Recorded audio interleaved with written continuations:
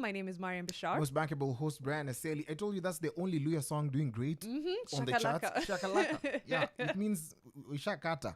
Yeah. Allegedly. Yeah, no, it's not alleged. I have to take your word for it. I am Luya. The allegedly. You're Luya from Nairobi. I can't trust you. Come on. All the Luyas, go make your comments up. It means imeshakatwa. We are in conversation with Mumbi Ndung'U, who is the Chief of Growth and Operations at Powerland Project, and we've been discussing how software development can help bridge the gap between the market and of course education and how we can empower young people. But there's something called 1 million developers for Africa that Powerland is doing. Tell us about it, Mumbi. Thank you so much. So 1 million devs for Africa is a program that we're running currently, where we intend to train 1 million software developers across the continent of Africa. So we started with 1,000 in Kenya, who graduated last year in December. Out of the 1,000, over 800 of them have had opportunities for work. Nice. After that, we now expanded to South Africa, Zambia, Tanzania, and Nigeria, where now we're training about 10,000 young people who are also about to graduate this October. 10,000? Yes. Whoa, that's amazing. I know. It's quite something. So and 8,000 of them are going to get jobs. Amen to that. Amen to that. Yeah. So I think it's a great opportunity. It shows there's a need for this particular thing that we're doing. And we're working very, in touch with very many partners and government just to make sure that these guys don't only train, but they get opportunities for work. Those who want to be innovators have access to like funding and hubs and things like that. So 1 million devs is currently running. It's a scholarship program, runs for 16 weeks, where we onboard at least 1,500 per country, every particular cohort.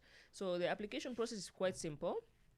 You apply, and then we go through. We have a checklist where you have to be over 18, you have to have access to internet, and our program is very elementary, so it's ideally no code to code, so anybody can take it. If you see most of the guys, I think you hosted some of our learners here some time ago, and like those guys were not techies. They were doing law and other things, but they use this opportunity to just find solutions to some of the problems they're facing.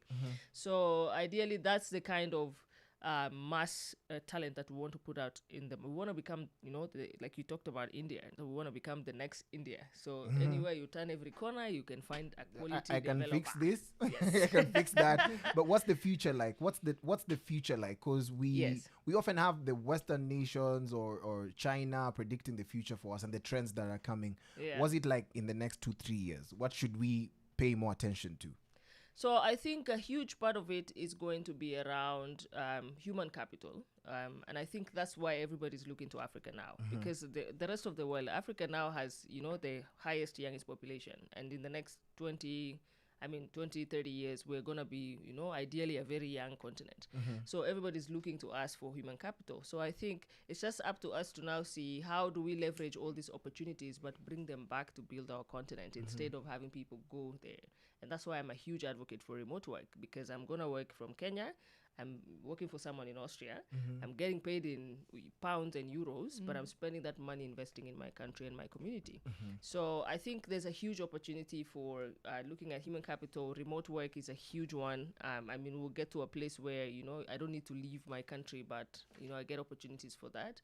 And then we look at the technology that's coming up. AI is going to define a lot of things. And I like that how people think AI, when you talk about AI, you only talk about ChatGPT, but there's so many facets to AI. And I think if used in the right way, it could solve some of Africa's greatest challenges. Yeah. Okay. Thank you so much for spending the morning with us. I want to give you Makofi ka Olomide, which is, I was saying well done.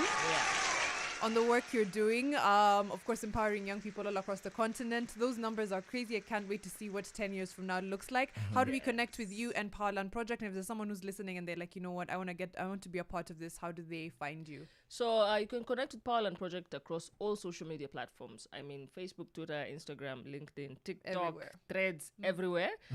We also have our website where you can get more details on how you can apply for the scholarship. And then we have the Powerland community, vibrant community of young people across Africa. Africa, which you're available to join across Telegram. So just check out our social media pages and then you get all the information. Thank you so much for spending the morning with us, Mumbi. Thank An you so amazing job you're much. doing. Thank you so Tunengia much. back into the music, but before that, just a reminder that if brekkie is on your mind, Oh my goodness. we have the plug for you. We have the plug. Ajab. Say it twice. You'll find yourself saying it